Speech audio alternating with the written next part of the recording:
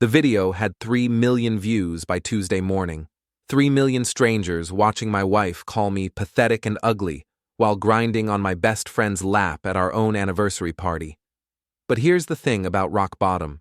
It gives you a solid foundation to build your revenge. Before we dive deeper into this story, I have one small request. Please subscribe, drop a like, comment, and hit that hype button to boost this channel so more people can discover these incredible Reddit stories.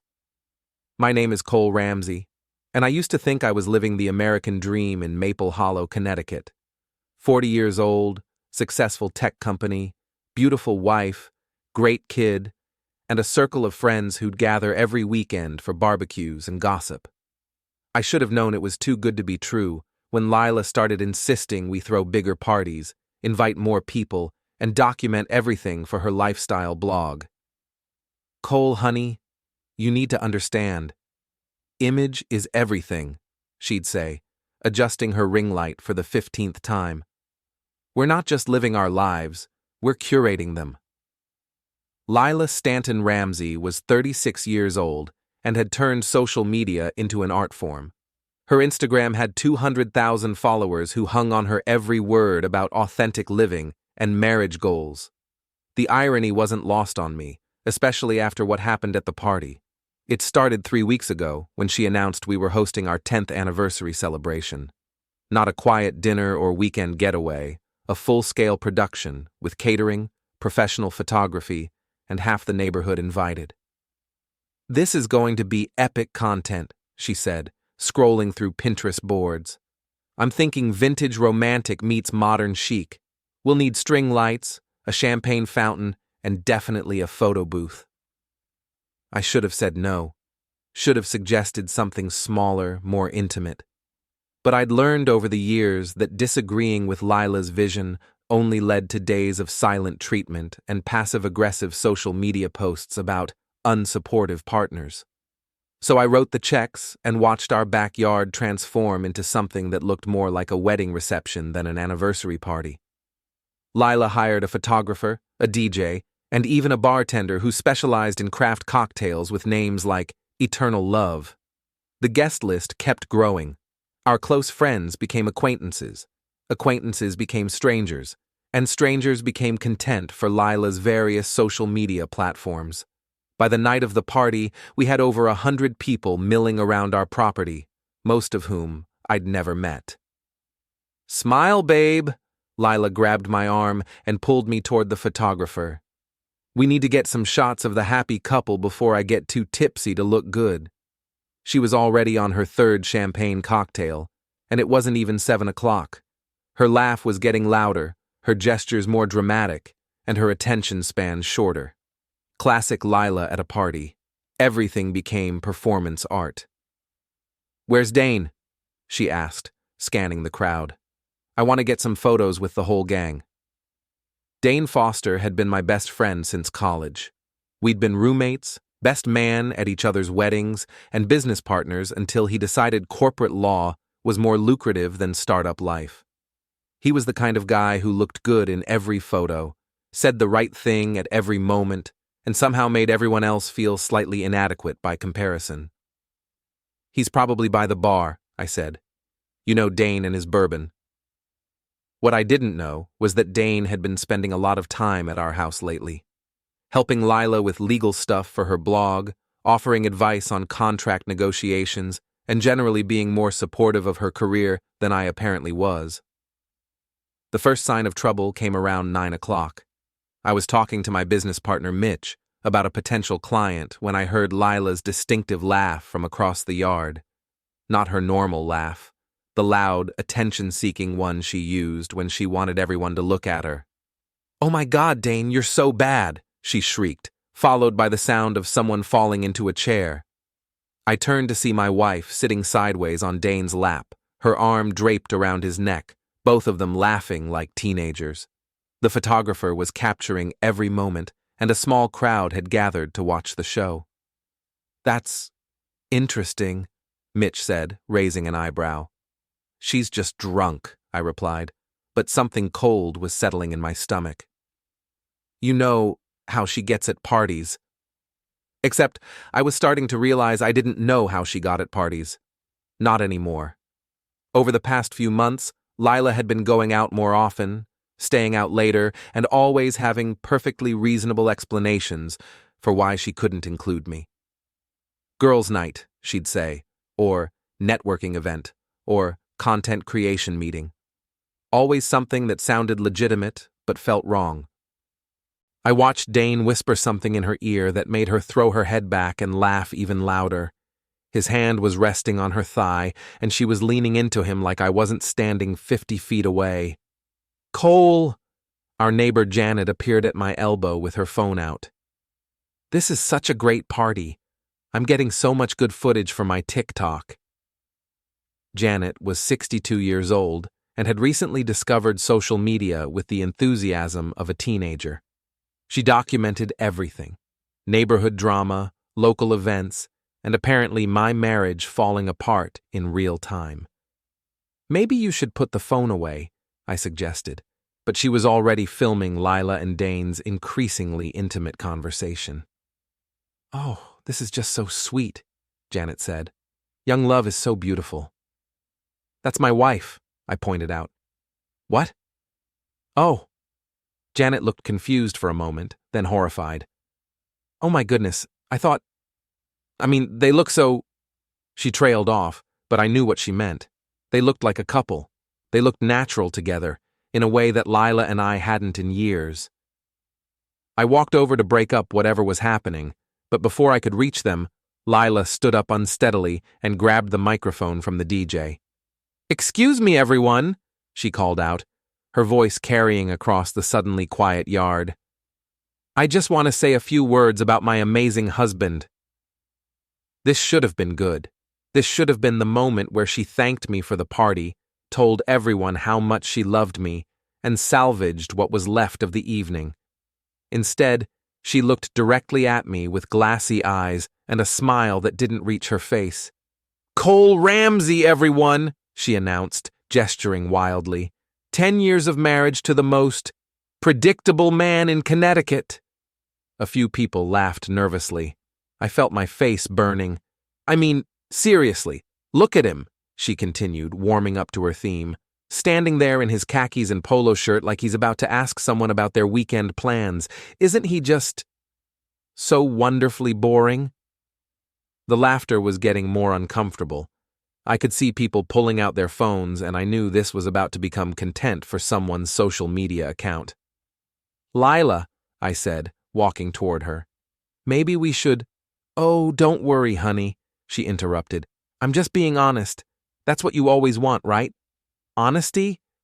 Well, honestly, sometimes I look at you and think, how did I end up with someone so completely ordinary?" The word hit like a physical blow. Ordinary. Not boring, not predictable, ordinary, like I was forgettable, replaceable, insignificant. "But that's okay," she continued brightly, "because ordinary has its place, doesn't it? Ordinary pays the bills, ordinary throws nice parties, and ordinary never ever surprises you with anything exciting." She handed the microphone back to the DJ and stumbled back toward Dane, who was watching the whole scene with what looked like amusement. As she sat back down on his lap, I heard her say, just loud enough for the people nearby to hear, "God, sometimes I feel like I'm married to a piece of furniture. At least furniture is useful."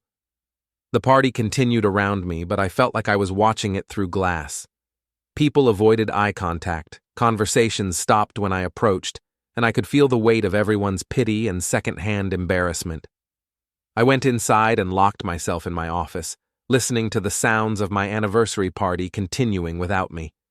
Through the window, I could see Lila and Dane dancing together, her head on his shoulder, his hands on her waist.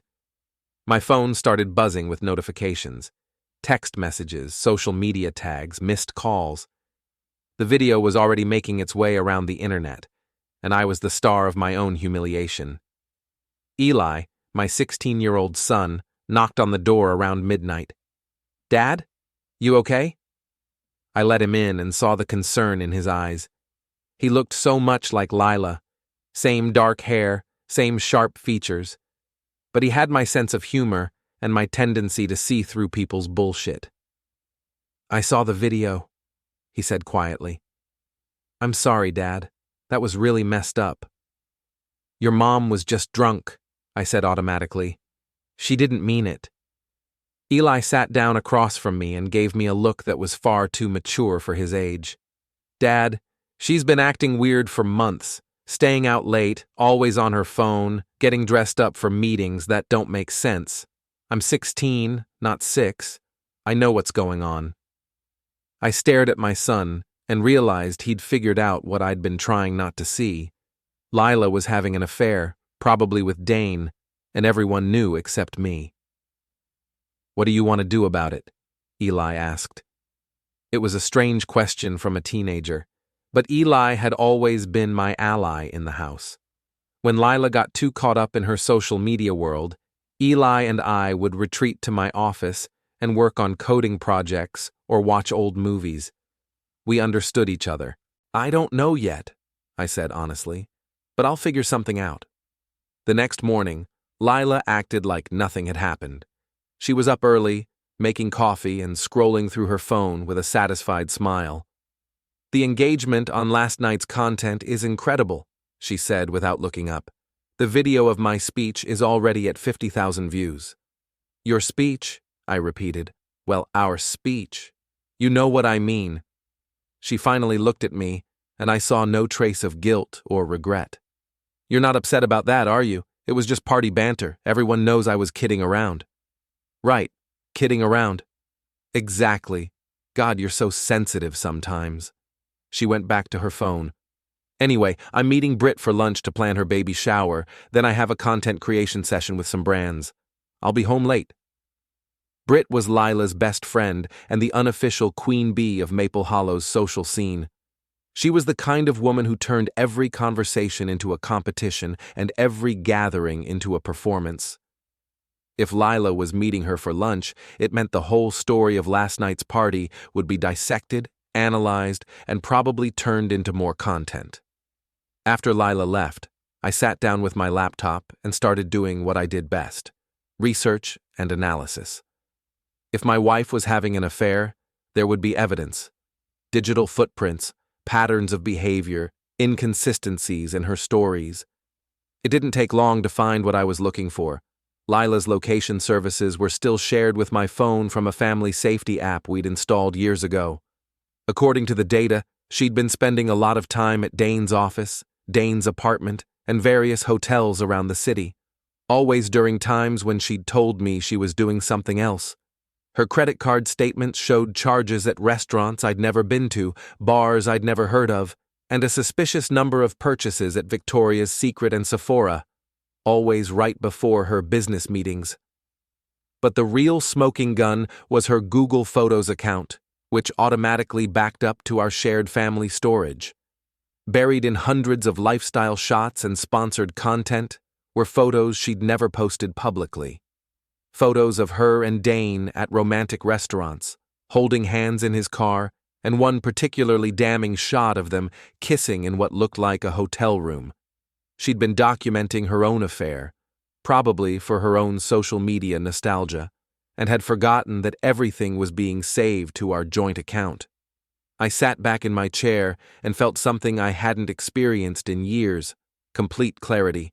My wife was cheating on me with my best friend, had publicly humiliated me in front of 100 people, and was now gaslighting me into thinking it was all in my head.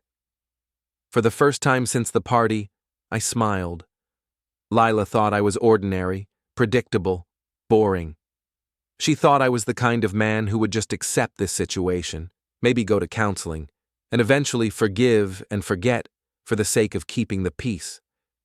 She was about to learn how wrong she was.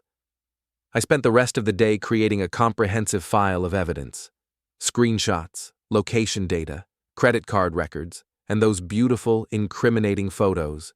Everything organized, dated, and verified. If this was going to be a war, I was going to win it with superior intelligence. My phone rang around 3 o'clock. Dane's name appeared on the screen. "Hey, buddy," he said in that smooth voice that had charmed teachers, girlfriends, and apparently my wife. How are you feeling today? Last night got a little wild, huh? It was definitely memorable, I said. Listen, I wanted to talk to you about something. Can you meet me for coffee? There's a situation we should probably discuss. A situation, like my wife sitting on his lap, was some kind of weather event that had happened to both of us. Sure, I said. How about Starbucks on Main Street in an hour? Perfect. See you there. I arrived early and chose a table near the window where I could see Dane's vintage Mustang pull into the parking lot. He'd bought that car during his divorce 3 years ago, a classic midlife crisis mobile that he drove like he was still 25. Dane walked in wearing a perfectly tailored suit and the kind of confident smile that had always made me feel slightly inadequate. Today, it just made me angry. Cole! He clapped me on the shoulder like we were still best friends. You look good, man. Really good. Thanks. You look like someone who spent the night dancing with my wife.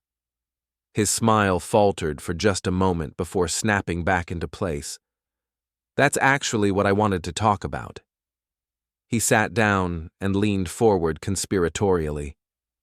Look, I know how that must have looked, but you have to understand. Lila was really drunk, and I was just trying to keep her from falling over by letting her sit on your lap. She sat down before I could stop her. I was trying to be a good friend and make sure she didn't hurt herself. I nodded like this made perfect sense. And the dancing? Same thing. She was unsteady on her feet. I was just being supportive. Right, supportive. I pulled out my phone and opened the photo album I'd created. Like how you've been supportive at Romano's restaurant, and the Hilton downtown, and that little place in Greenwich that serves the craft cocktails. Dane's face went completely white. He stared at the phone screen showing him and Lila kissing in the hotel room, and I watched 20 years of friendship evaporate in real time. Cole, I can explain. I'm sure you can. You're a lawyer. Explaining things is literally your job. I put the phone away. But here's the thing, Dane. I don't actually want an explanation. I want you to understand something very clearly. I leaned forward and spoke quietly, calmly, like I was discussing the weather. My wife thinks I'm ordinary, boring, predictable. She thinks I'm the kind of man who will just accept being humiliated and move on with his life. You probably think the same thing, don't you? Dane opened his mouth to respond, but I held up a hand to stop him. See, that's where you've both made a serious miscalculation. I'm not ordinary, I'm methodical, I'm patient, and I'm very, very good at solving problems. I stood up and looked down at him. You have 48 hours to end whatever this is with my wife and disappear from our lives. If you don't, I'm going to make sure everyone in Maple Hollow sees these photos, along with a detailed timeline of your affair, your law firm, your clients, your ex-wife who's still fighting you for custody, everyone. You can't do that, Dane said, but his voice was shaking. That's blackmail.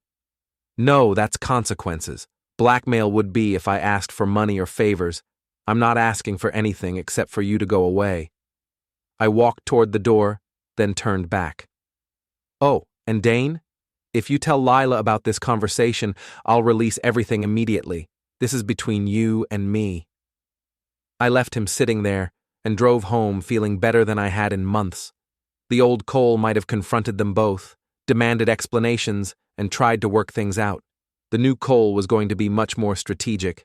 Lila came home around 10 o'clock that night, slightly drunk and overly affectionate.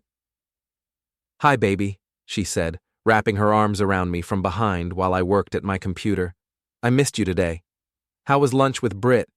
Oh, you know how she is. Drama, drama, drama. She's convinced her husband is cheating because he's been working late, but I told her she's being paranoid. Sometimes people work late for perfectly innocent reasons. The irony was so thick I could have cut it with a knife. And your content creation session? Really productive. We got some great shots for the fall campaign. She kissed my neck. Want to go upstairs? For a moment, I almost said yes. It would have been easier to pretend everything was normal, to accept this version of Lila who was probably only being affectionate because she felt guilty. Instead, I turned around and looked at her carefully. Really looked at her. Actually, I'm pretty tired. Rain check? Something flickered across her face. Surprise, maybe, or annoyance. She wasn't used to me turning her down. Okay, she said slowly. Is everything all right? You've been acting weird since the party. Just processing everything. It was a big night. Right. Well, don't process too hard. It was just a party. She kissed my forehead like I was a child. I'm going to take a bath and go to bed. After she went upstairs, I opened my laptop and started working on phase 2 of my plan. If Dane was smart, he'd take my advice and end things quietly. If he wasn't, I'd be ready. But first, I needed to understand exactly how deep this betrayal went. Lila and Dane were just the beginning. I needed to know who else in our social circle knew about the affair, who had been laughing behind my back, and who I could still trust. I started with our mutual friends' social media accounts, Facebook, Instagram, TikTok, Twitter, anywhere people might have posted about the party or commented on the videos that were still circulating. What I found was worse than I'd expected. Britt had posted a series of Instagram stories from the party with captions like, "When the tea is too hot to handle," and "Some people really said the quiet part out loud." Her comments section was full of friends making jokes about poor Cole and awkward marriage moments. Jenna, another member of Lila's inner circle, had shared the video on her TikTok with the caption, "When your friend's husband becomes a meme." It had been liked over 10,000 times. Even people I'd considered friends were participating in my humiliation. Mike from our book club had shared the video in a group chat with the message, "This is why I stay single." Sarah from Lila's yoga class had commented, "Yikes," with a bunch of crying, laughing emojis. They were all in on it. Maybe not the affair specifically, but they were all enjoying the show. I was the entertainment, the cautionary tale, the punchline to their jokes about suburban marriage. I screenshotted everything and added it to my growing file of evidence. If these people wanted to treat my life like a reality show, I was going to give them a finale they'd never forget. The next morning, Dane called. "We need to talk," he said without preamble. "I thought we already did that." "Not on the phone. In person. There are things you don't understand about this situation." "Such as?" "Such as the fact that your marriage was over long before I came into the picture. Lila's been unhappy for years, Cole. She's been trying to tell you, but you don't listen." I almost laughed. "So you decided to help her communicate by sleeping with her?"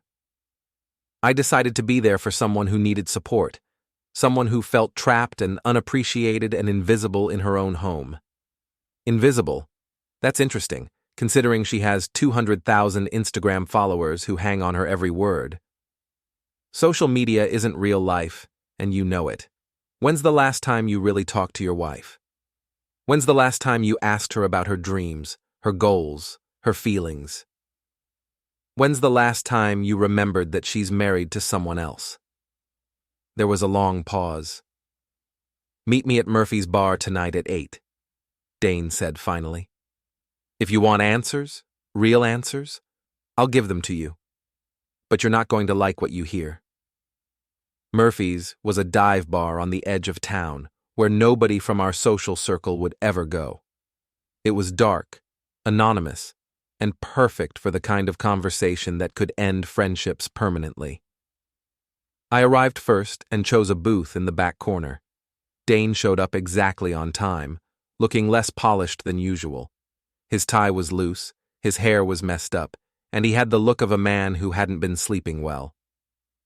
"Thanks for coming," he said, sliding into the booth across from me. "Talk." He ordered a bourbon, I stuck with beer, and for a few minutes we sat in the kind of uncomfortable silence that used to be filled with easy conversation.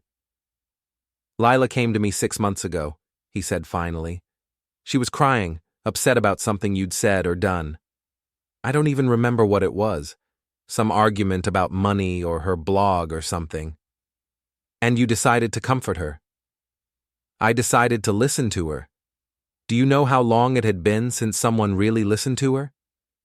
Apparently not, as long as it had been since someone slept with her. Dane flinched. It wasn't supposed to happen like that. We were just talking, just friends. But she was so lonely, Cole. So desperate for someone to see her as more than just a content creator or a housewife or whatever role she was supposed to play. So you saw her as a mistress instead. I saw her as a woman who deserved better than what she was getting at home. I took a long drink of my beer and studied Dane's face. He actually believed what he was saying. In his mind, he was the hero of this story, rescuing my neglected wife from her boring marriage. Let me ask you something, I said. In all these heart-to-heart conversations, did Lila mention that I've been supporting her blog financially for 3 years, paying for her equipment, her website, her promotional campaigns? She said you resented her success. Did she mention that I've been to every one of her events, even the ones that bored me to tears? That I've smiled for thousands of photos and pretended to enjoy being turned into content for her social media? She said you were just going through the motions. Did she mention that when she wanted to quit her job to focus on the blog full-time, I took on extra clients to make up for the lost income? Or that when she wanted to renovate the house for better photo backgrounds, I worked overtime for 6 months to pay for it? Dane was starting to look uncomfortable. Because here's what I think happened, I continued. I think my wife got so caught up in her online persona that she forgot we were supposed to be a team. I think she started seeing me as an obstacle to her image instead of a partner in her life. And I think you told her exactly what she wanted to hear, that she deserved more, that she was special, that her husband was holding her back. Cole, I'm not finished. My voice was getting louder, and I didn't care. I think you saw an opportunity to sleep with a beautiful woman and told yourself it was noble. I think you convinced her that her marriage was the problem instead of her priorities. And I think you both forgot that actions have consequences. I pulled out my phone and showed him the latest screenshot from Lila's Instagram. She'd posted a photo of herself looking sad and contemplative with the caption, "Sometimes you have to break your own heart to save your soul." She's already preparing her followers for our divorce, I said, positioning herself as the victim who had to make hard choices. How long before she announces that she's found new love with someone who really understands her? Dane stared at the phone screen. She wouldn't do that. She's already doing it. This whole thing is content for her. Our marriage, our divorce, your relationship, it's all just material for her brand. I could see the realization dawning on his face. Maybe for the first time, Dane was understanding that he wasn't the hero of this story. He was just another prop in Lila's carefully curated life. "What do you want from me?" he asked quietly. "I want you to disappear. I want you to end this thing with my wife and get out of our lives. And I want you to do it in a way that makes it clear to everyone that you're the one walking away. And if I don't?" I smiled. "Then I release everything I have on both of you, and we'll see how much your reputation is worth in this town." Dane finished his bourbon and stood up. "You know, Cole, maybe Lila was right about you. Maybe you are just ordinary." "Maybe I am," I agreed. "But ordinary doesn't mean powerless." He left without another word, and I sat in the bar for another hour, planning my next move. Dane might or might not take my advice, but either way, I was going to make sure everyone knew the truth about what had been happening in my marriage. The next few days were strangely normal. Lila went to her meetings and content sessions. I worked on my business projects, and Eli went to school. We had family dinners and watched TV together like nothing had changed. But I could feel the tension building. Lila was checking her phone more frequently, staying up later and asking casual questions about my schedule that felt like reconnaissance. On Friday night, she announced that she was going out with the girls. "Just dinner and drinks," she said, applying lipstick in the hallway mirror. "Brit's going through a rough patch with her husband, so we're having a support session." "That's nice of you. I'll probably be late. Don't wait up." After she left, I opened my laptop and checked her location. She was heading toward downtown, but not toward any of the restaurants where her friends usually went. She was going to Dane's apartment. I called Eli into my office. "Your mom's having an affair," I said without preamble. "I have proof. I've confronted the other guy, and I'm probably going to divorce her. How do you feel about that?" Eli sat down and looked at me with that same too mature expression he'd had after the party. "Honestly, I'm kind of relieved. The fake happy family thing was getting weird." "You're not upset?" "Dad, I'm 16. I know when adults are lying to me. Mom's been acting like she's in some kind of movie for months, and you've been walking around like someone kicked your dog. At least now we can stop pretending everything's fine." I stared at my son and realized he was going to be okay. Better than okay. He was going to be the kind of man who saw through people's bullshit and called them on it. "What's your plan?" he asked. "I'm working on it, but it's going to get messy before it gets better." "Good," Eli said. "She deserves messy." Saturday morning, Lila came home around 10 o'clock with coffee and pastries from her favorite bakery. She was humming and seemed unusually cheerful. "Good morning, family," she announced, setting the bags on the kitchen counter. "I brought breakfast for everyone." "How was your night out?" I asked. "Oh, you know how it is with the girls. Lots of wine, lots of drama, lots of therapy sessions in the bathroom." She laughed. "Poor Brit is convinced her marriage is over, but I told her she's being dramatic. Sometimes you just have to work through the rough patches." More irony. My wife was giving marriage advice while cheating on her own husband. "Did you stay at Brit's?" Eli asked innocently. Lila paused for just a moment. "No, I got a hotel room downtown. I was too tired to drive home safely." "Smart," I said. "Safety first." We ate breakfast like a normal family, and I watched Lila perform the role of loving wife and mother. She asked Eli about his weekend plans, complimented me on my shirt, and took several photos of our perfect family breakfast for her social media. After she went upstairs to shower, my phone buzzed with a text from an unknown number. "This is Dane. We need to talk. It's urgent." I walked outside and called him back. "What's urgent?" "Lila wants to tell you about us, tonight. She's planning some big confession scene. And I think you should know that she's not planning to ask for forgiveness. She's planning to blame you for driving her away." I almost laughed. "Of course she is." "Cole, listen to me. She's been talking about this for weeks.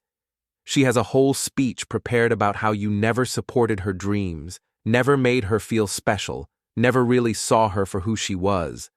She's going to make herself the victim and you the villain." "And you're warning me because—" There was a long pause. "Because I've been thinking about what you said at the bar, about her turning this into content, and I realized you were right." "Meaning?"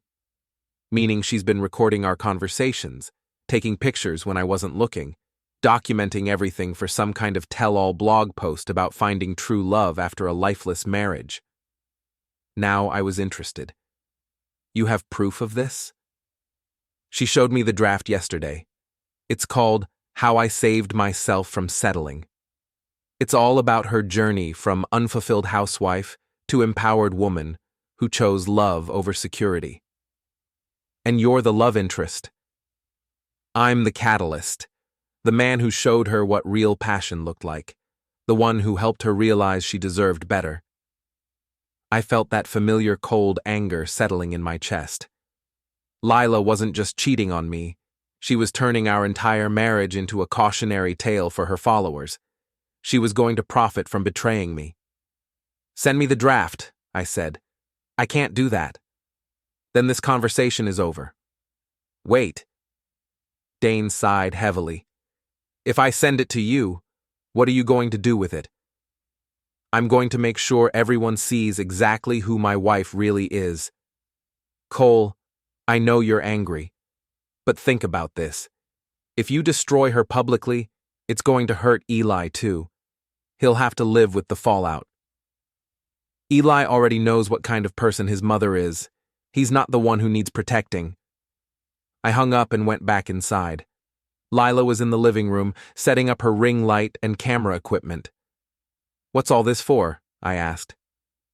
"Oh, just some content planning. I'm working on a new series about marriage and authenticity. Really raw, honest stuff about what it takes to make a relationship work." The audacity was breathtaking. She was literally planning to film content about marriage while preparing to confess her affair. "Sounds interesting," I said. "Need any help?" "That's sweet, but this is more of a solo project. Very personal, very vulnerable. My followers are really responding to the more intimate content." "I bet they are." My phone buzzed with an email from Dane. The subject line was, "Draft, how I saved myself from settling." I opened it and read the first few paragraphs.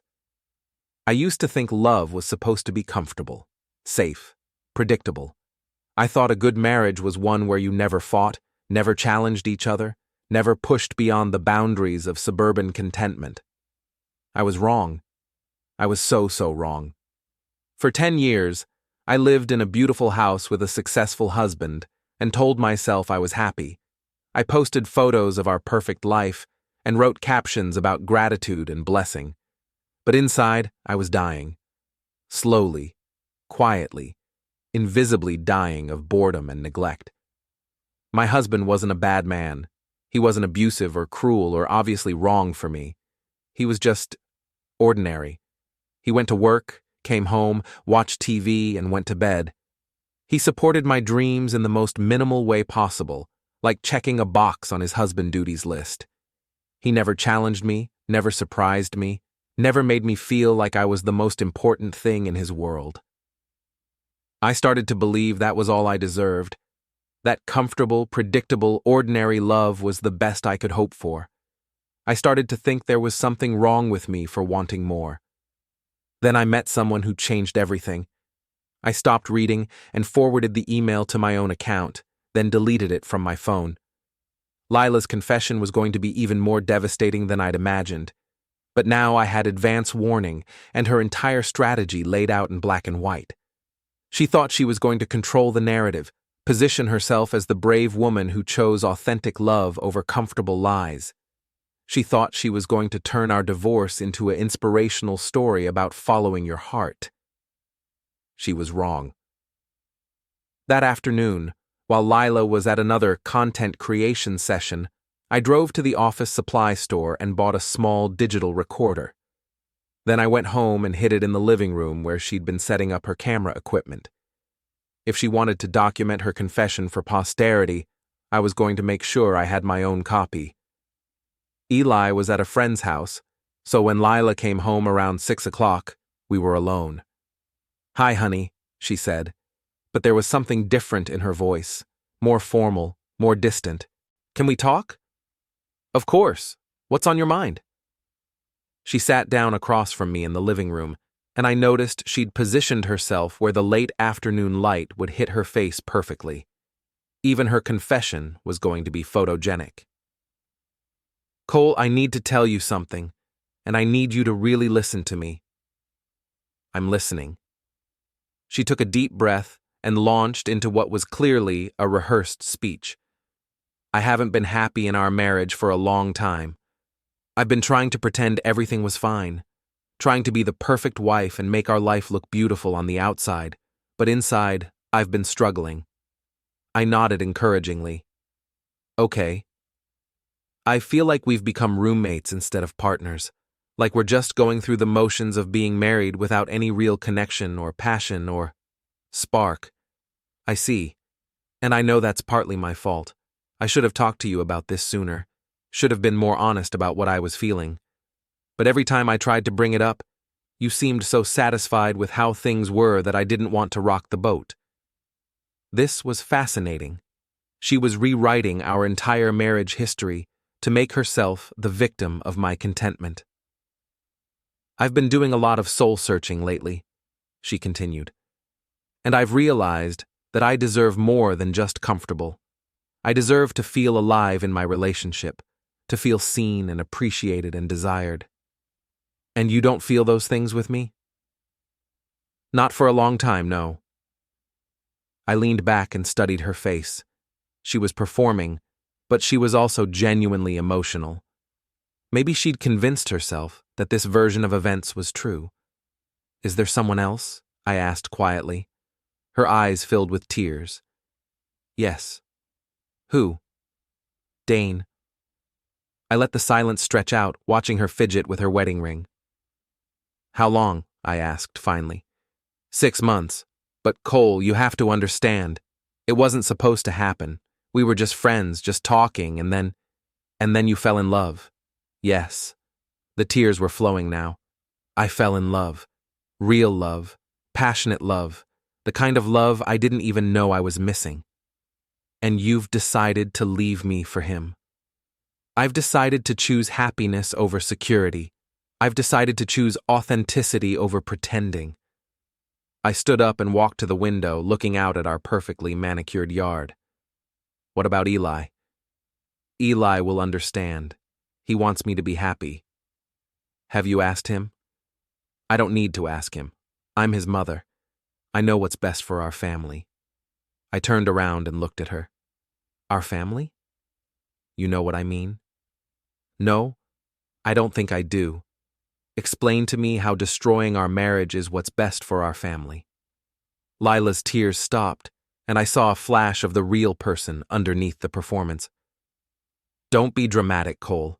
People get divorced. Families adjust. It's not the end of the world.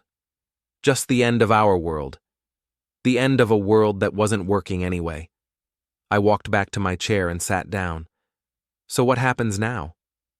Now we figure out how to do this with dignity and respect. We tell people that we grew apart, that we want different things, that we're committed to co-parenting Eli and remaining friends. And Dane? What about Dane? When do you announce your new relationship? Before the divorce is final or after? She looked uncomfortable. We haven't discussed the timeline, but you've discussed the blog post. Her face went white.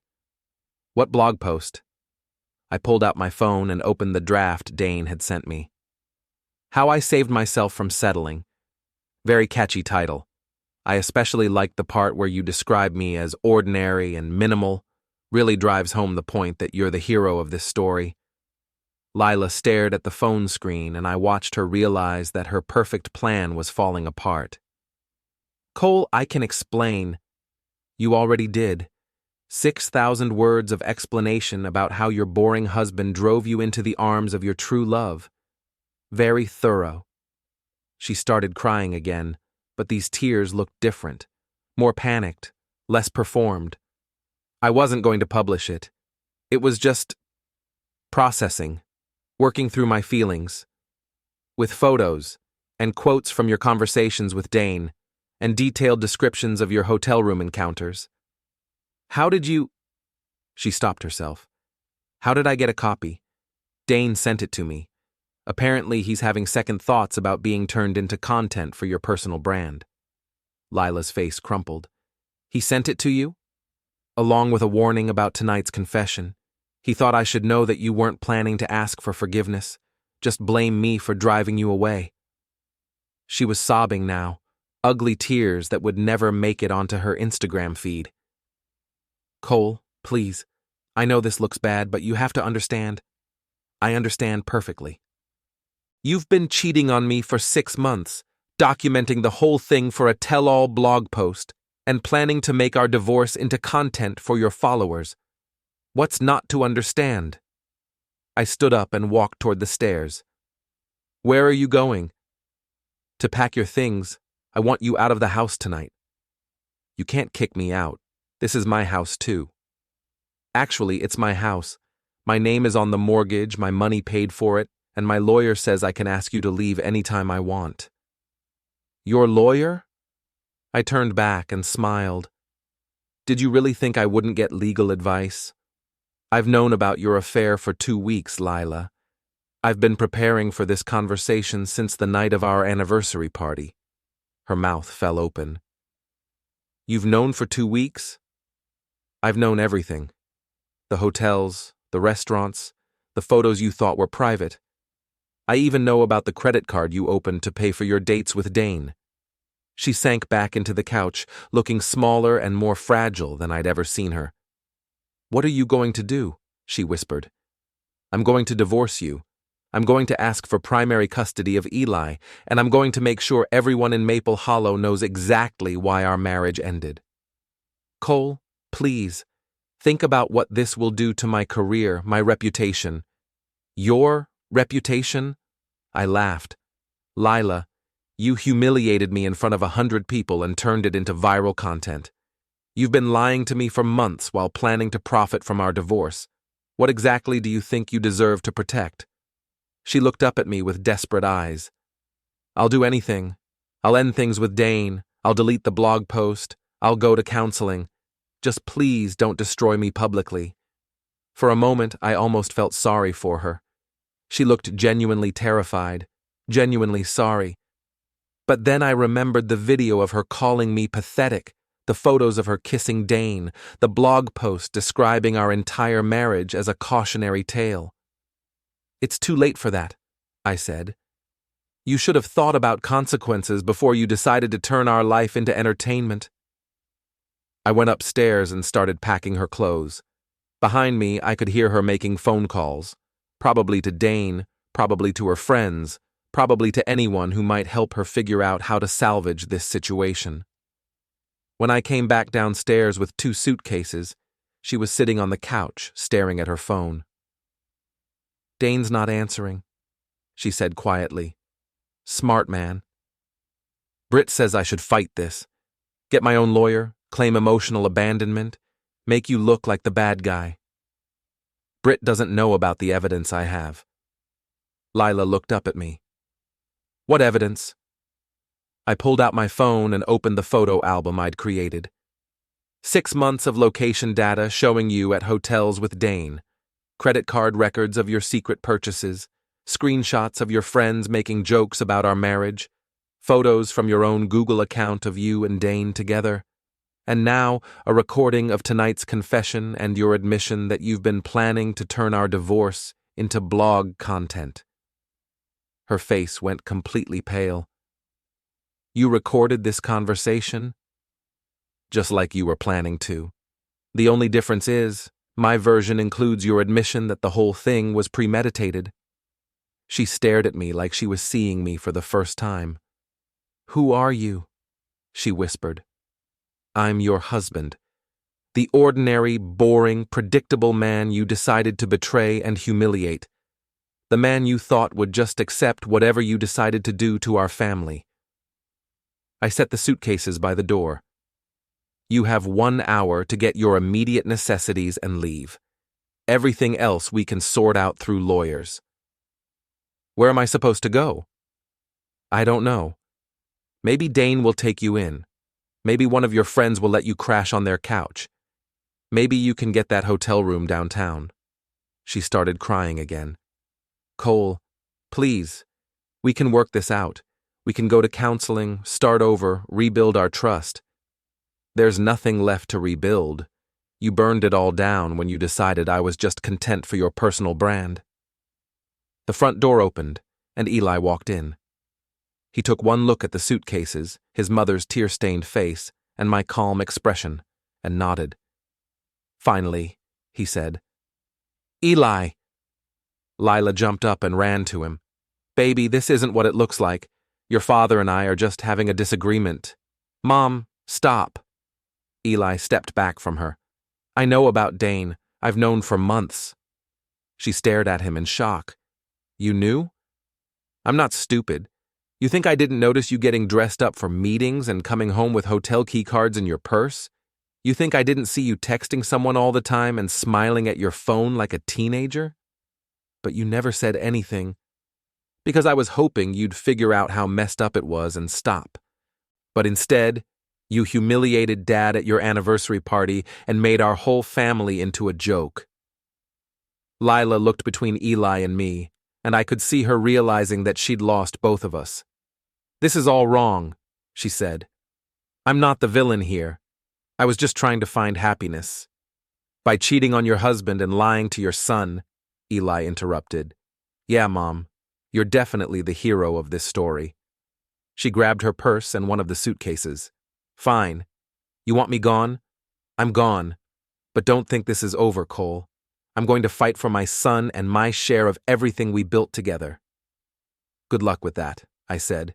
My lawyer is very excited to show a judge all the evidence of your adultery and your plans to profit from our divorce. She stopped at the door and turned back. You know what? Maybe I was right about you. Maybe you are just ordinary. An ordinary man who can't handle his wife being extraordinary. Maybe, I agreed, but this ordinary man is about to own everything you care about. She slammed the door behind her, and Eli and I stood in the sudden silence of our house. You okay, Dad? Yeah, I said, and realized I meant it. I'm better than okay.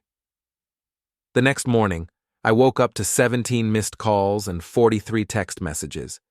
The video of Lila's anniversary party speech had gone viral again, but this time it was being shared alongside screenshots of her dating profile, which I'd discovered she'd created 3 months ago, and photos of her and Dane that someone had leaked to a local gossip blog. Apparently, Lila had decided to go public with their relationship immediately, posting a long Instagram story about choosing love over fear and following your heart even when it's scary. She'd tagged Dane in romantic photos and announced that they were officially together and so grateful to have found each other. The response was not what she'd expected. Her comments section was flooded with criticism from followers who felt betrayed by her marriage goals content. Local news outlets were picking up the story because of the viral video, and Dane's law firm had issued a statement distancing themselves from his personal conduct and announcing that he was taking a leave of absence. My phone rang. Britt's name appeared on the screen. Cole? Oh my God, are you okay? I just saw the news. What news? About Lila and Dane. It's everywhere. The Maple Hollow Gazette, the local news, even some national blogs. They're calling it the anniversary party scandal. I opened my laptop and searched for our names. She was right. The story was everywhere, complete with the original video, screenshots of Lila's blog draft, which had somehow been leaked, and photos of her and Dane together. I had no idea, Britt continued. I mean, I knew something was weird at the party, but I never thought she was actually cheating. And with Dane, I can't believe it. Really? You had no idea? There was a pause. Well, I mean, she'd been acting different lately, more secretive, more focused on her image, and she did ask me some weird questions about divorce and custody laws, but I thought she was just going through a rough patch. Rough enough to make jokes about my marriage on social media? Another pause, longer this time. Cole, about that.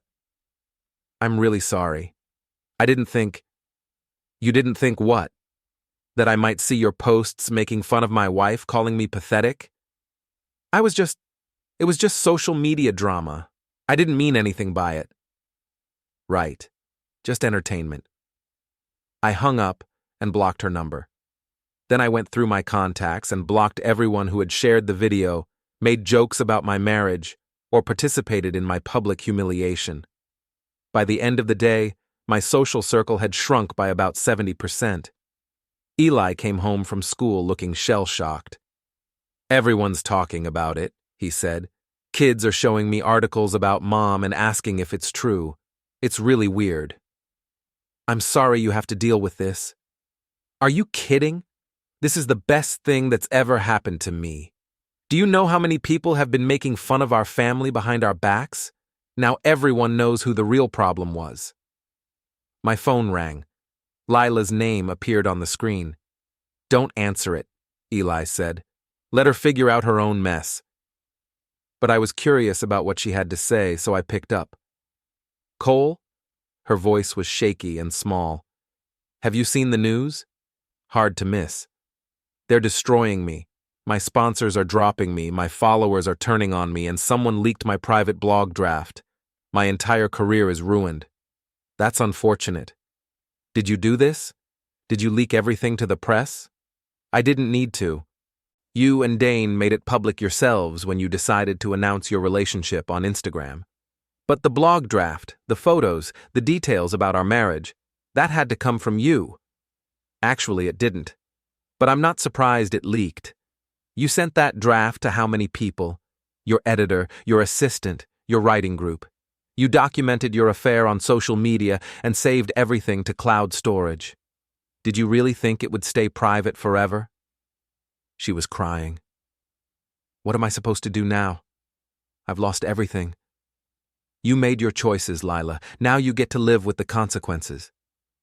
But what about Eli? What about our family? Our family is fine.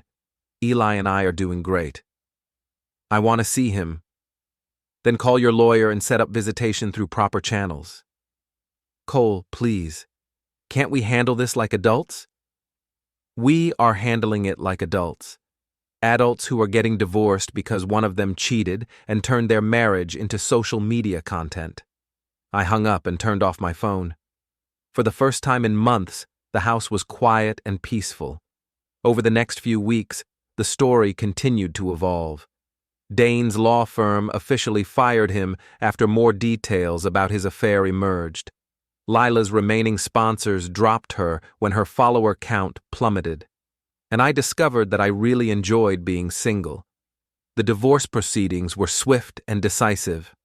Lila's lawyer tried to argue for spousal support and equal custody, but the evidence of her adultery and her documented plans to profit from our divorce made her case impossible to defend.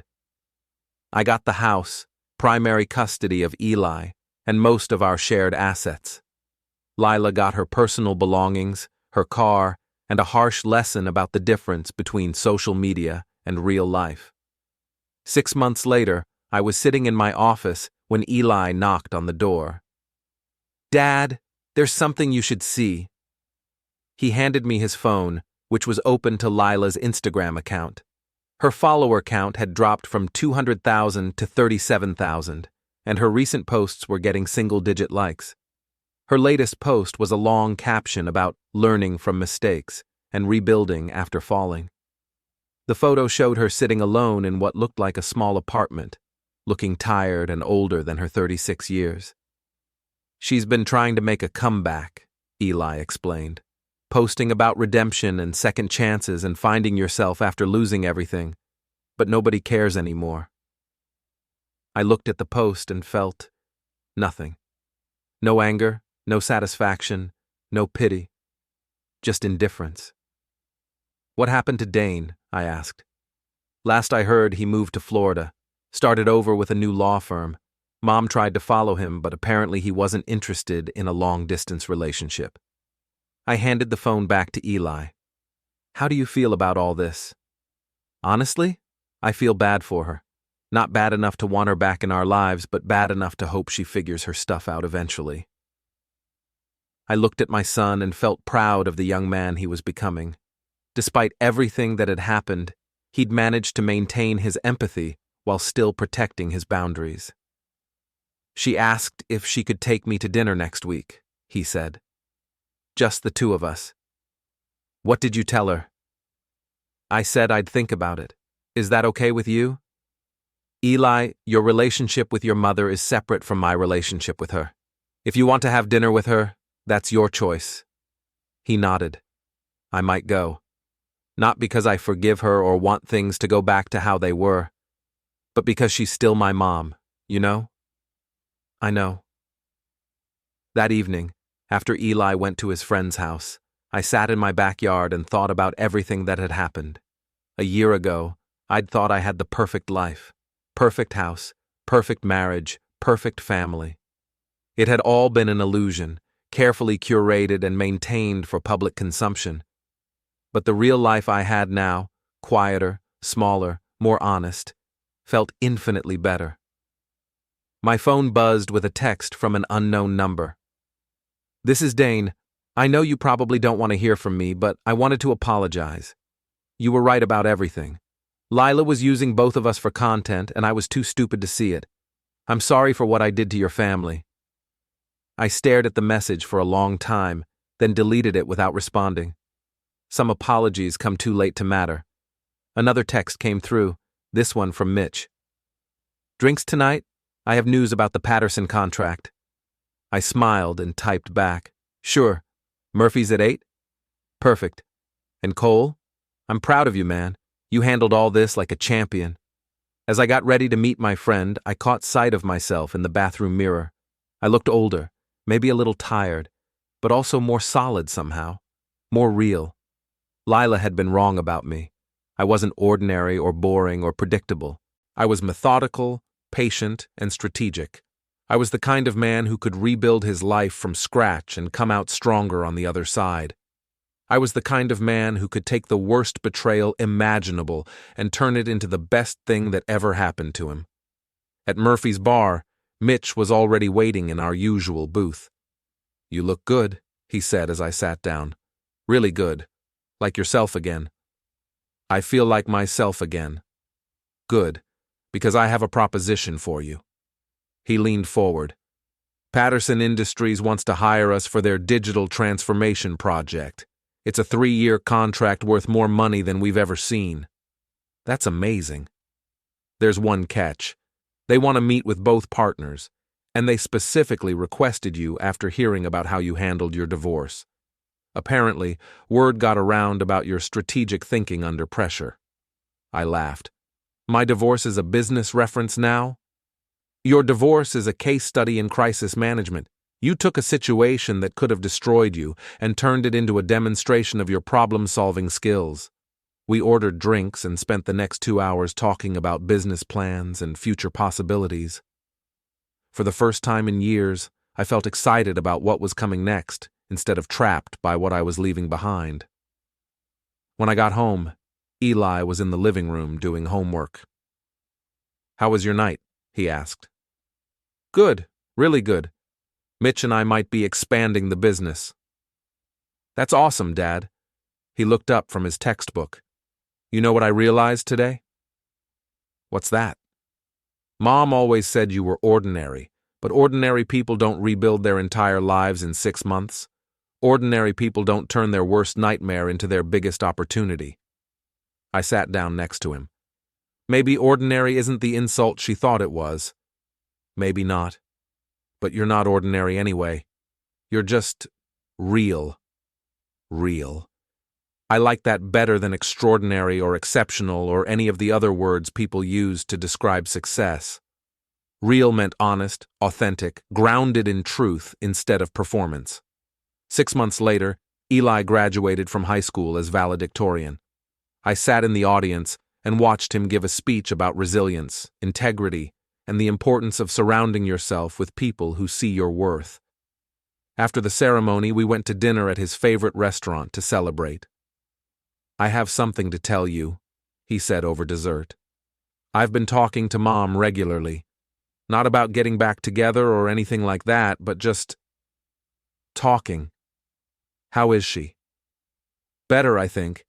She got a job at a marketing firm in Hartford. Nothing glamorous, but it's honest work, and she's been going to therapy. That's good. She asked me to give you a message. I raised an eyebrow. Oh? She said to tell you that she's sorry. Not just for the cheating or the lying, but for not seeing who you really were when she had the chance. I considered this. What did you tell her? I told her that sorry doesn't change what happened, but it's a start. And what do you think? Eli shrugged. I think she finally figured out that real life isn't content, that relationships aren't brands, that some things matter more than image. Think she learned it in time to matter? For her own life? Maybe. For ours? Probably not. I nodded. That seemed about right. A year later, I was at Eli's college orientation when I ran into someone I hadn't seen since the divorce. Cole? Janet, our former neighbor, approached me hesitantly.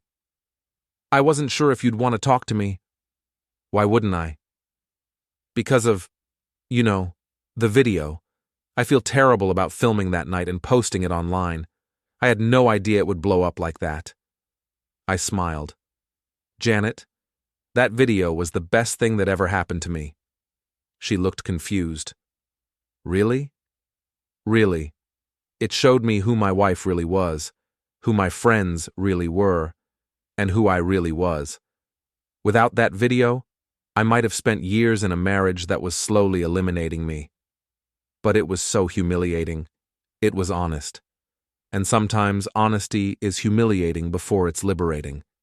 She stared at me. You're not angry. I'm grateful. Wow. I don't think I could be that philosophical about it. It took some time, I admitted. But I learned that you can't control what people do to you. You can only control what you do about it. After Janet left, I sat in my car and thought about how much had changed. My business was thriving, Eli was starting college at his dream school, and I was dating someone new, a woman who valued authenticity over image and partnership over performance. My phone buzzed with a text from Lila. We'd been exchanging occasional messages about Eli's college expenses and logistics, keeping things cordial but distant. Saw Eli's orientation photos on his Instagram. You both look happy. I'm glad. I stared at the message for a moment, then typed back, Thanks. I hope you're well. I am. Different but well. Take care of yourself, Cole. You too. I put the phone away and drove home to the life I'd built from the ashes of my old one. It wasn't perfect, but it was real. It wasn't curated for public consumption, but it was mine. And for the first time in years, that was enough. That night, I was cleaning out my office when I found the folder of evidence I'd compiled during the divorce. Screenshots, photos, location data, recorded conversations, all the proof I'd needed to rebuild my life on my own terms. I carried the folder to the fireplace and lit a match. As I watched the papers burn, I thought about the man I'd been when I created this file. Angry, betrayed, focused on revenge and vindication. That man had served his purpose, but I didn't need him anymore. The last thing to burn was a printed copy of Lila's blog draft, How I Saved Myself from Settling. As the flames consumed her words about my ordinary, boring, predictable life, I smiled. She'd been right about one thing. She had saved herself from settling. And in the process, she'd saved me too.